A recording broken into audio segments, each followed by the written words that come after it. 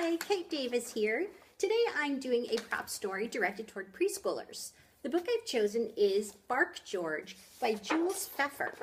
It's a goofy story about a puppy who can't bark. He makes other animal noises instead. This is a perfect fit for the preschool set because they love animal noises and they love puppies and they love quirky main characters. A prop story uses visual aids to enhance the reading experience. I read a quote regarding props that I thought was just so apropos. Props are great if the story needs them, not great if the storyteller needs them. That's by Jackie at story-lovers.com. Props are most beneficial when acting out a simple story, when accenting a simple story like Bark George.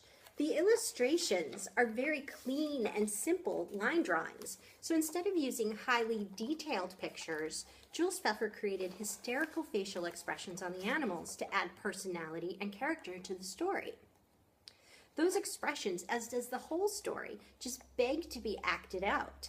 If Feiffer had used highly detailed drawings requiring strong attention, then props would detract from the book itself.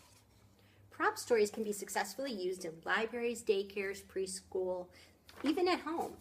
Little kids, even preschoolers, love to do crafts and put things together. So if a parent has the desire, it's a great idea to get the kids involved and enthusiastic about reading books on a different level.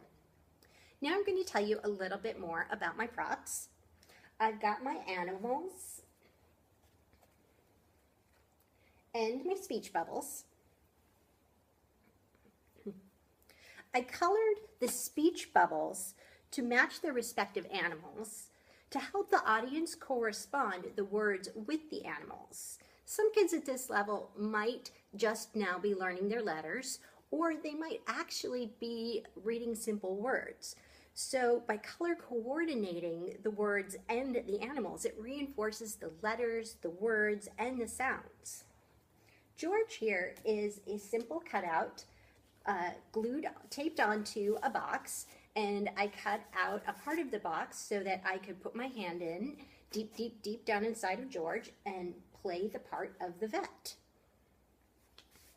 Here's a couple things I learned while prepping this project. Number one, have sturdy props. When I first made everything, I just printed them out on regular copy paper. After a few days and a few practice runs, George's nose was bending, my speech bubbles were getting bent, my animals' tails were starting to crunch. So I just matted everything on simple cardstock, and that solved the problem. It gave it a little bit of heft, a little bit of sturdiness. So even though I may only use this once or twice, it's definitely worthwhile to make it sturdy from the get-go.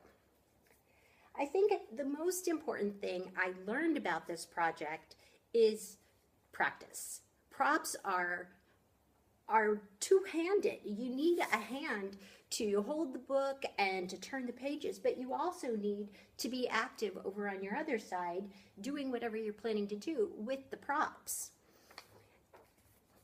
Since you have to be doing those simultaneous actions, you need to have a smooth coordination to make it all happen, and that takes practice. The last thing you want to do is break the magic spell of the story by fumbling around. Now, before I start reading the story, I want to provide the link where I found the idea and templates for my props. It's kidsclub.com.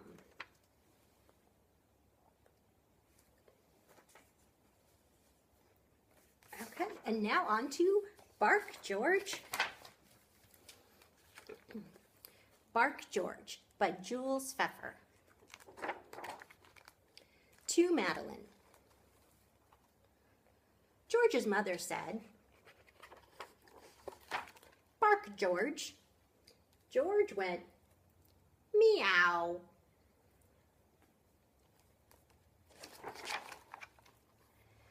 "No, George," said George's mother. "Cats go meow, dogs go arf. Now bark, George." George went, "Quack, quack."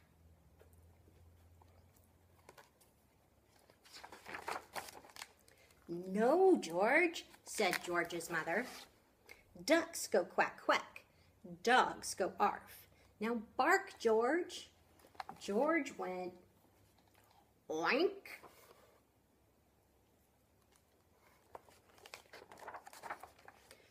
No, George, said George's mother. Pigs go oink. Dogs go arf. Now bark, George. George went moo. George's mother took George to the vet. I'll soon get to the bottom of this, said the vet. Please bark, George. George went meow. The vet reached deep down inside of George and pulled out a cat.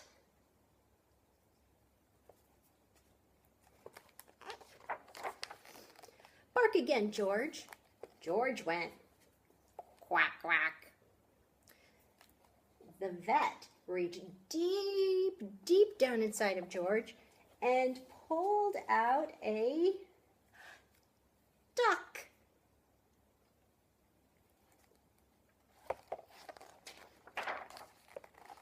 Bark again, George. George went oink. The vet reached deep, deep, deep down inside of George and pulled out a pig.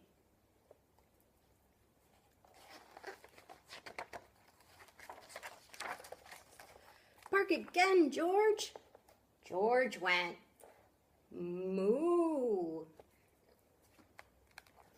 The vet pulled on his longest latex glove, and then he reached deep, deep, deep, deep, deep, deep, deep, deep, deep, deep, deep down inside of George and pulled out a cow.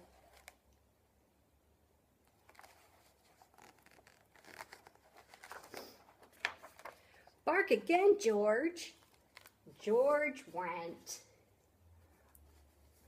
arf.